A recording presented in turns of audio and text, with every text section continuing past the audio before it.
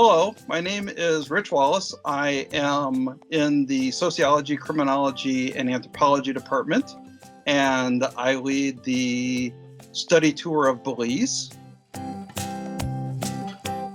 Belize is the smallest of the Central American countries. It's the only English-speaking country in Central America, and our program is about going down there and understanding culture past and present. And among the past cultures that we have a great opportunity to explore and understand more is the Mayan culture. And we also take time as part of this program to understand Belize and its ecology and its conservation efforts. And the fact that, along with Costa Rica, is one of the two most ecologically sound and focused countries in Central America. So the class is Sociology or Anthropology 395, Belize Study Tour, surprisingly enough. And in this class, we spend the time before we go to Belize to focus on the different cultural elements of Belizean society. We want to introduce you and get you comfortable with Belize as a country so that you understand more about the people that you'll be interacting with and the major cultural elements that make Belize a very unique and wonderful place to visit. After you return, we come back and we talk about your experiences and what you've come to understand. We focus on this through a sociological and anthropological lens primarily, but we also want to make sure that as we go through the second half of the course, you're able to contextualize your experiences through your own major, through your own program as well. We're going to require that you do some sociology and some anthropology in this, but we don't want to make that completely separate from what you know and what you are focused on as far as your overall studies are concerned.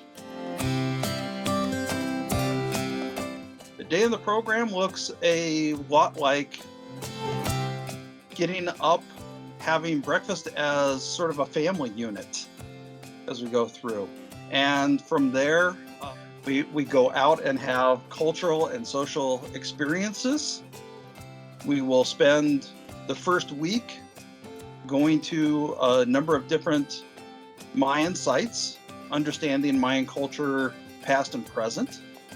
And we will also be doing things like going to a local market, and we go to a local school and have a work day at the school, helping out the school with various things that need to be addressed as you go through. So we do have a good bit of interaction with locals as you do this, that you aren't just a tourist, but we want you to interact with local people. We want you to get a sense of the country from the people who are living there, who consider themselves to be Belizeans. So that's really the first half, is a lot of cultural experiences out in the western side of Belize. And then the latter part of it, we come out to the coast. Belize has the second longest barrier reef in the world, and it actually runs the length of the country. So we will spend time out on the reef. We will start understanding the ecology. We will start understanding the policies that they use to help protect what is a very limited and very delicate resource. So we'll have several experiences there as well over the second half of the time that we're there.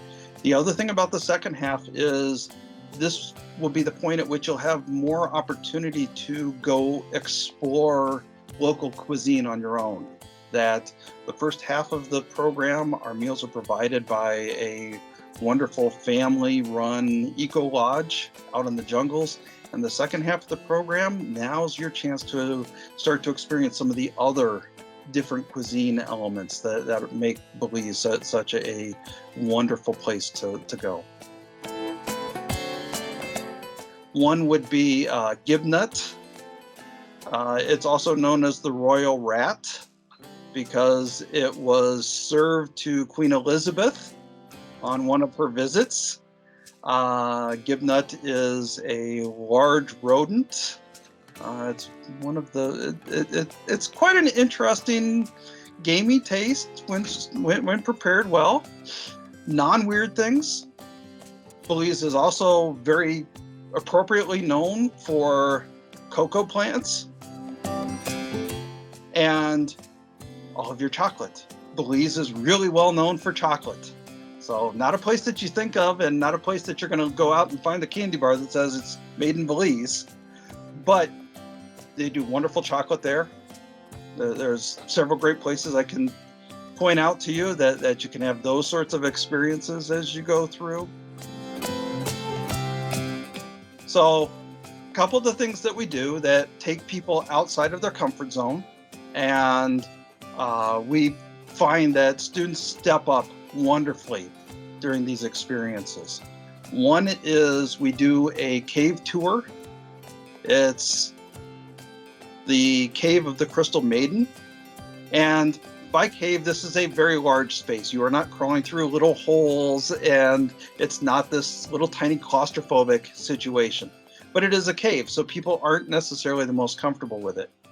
But watching every single student that we have had on the program go to the cave and have this wonderful experience as you go through it is one of the truly memorable experiences of watching people really flourish in an environment that their mind sort of shuts them off to right away. When you hear the word cave, you have a certain expectation and feeling.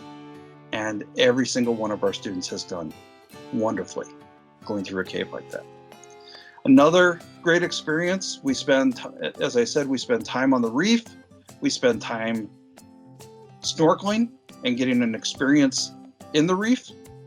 Some people don't swim. Some people aren't comfortable. The idea of sticking your face into the water and breathing through a tube isn't one of those things that is a major highlight.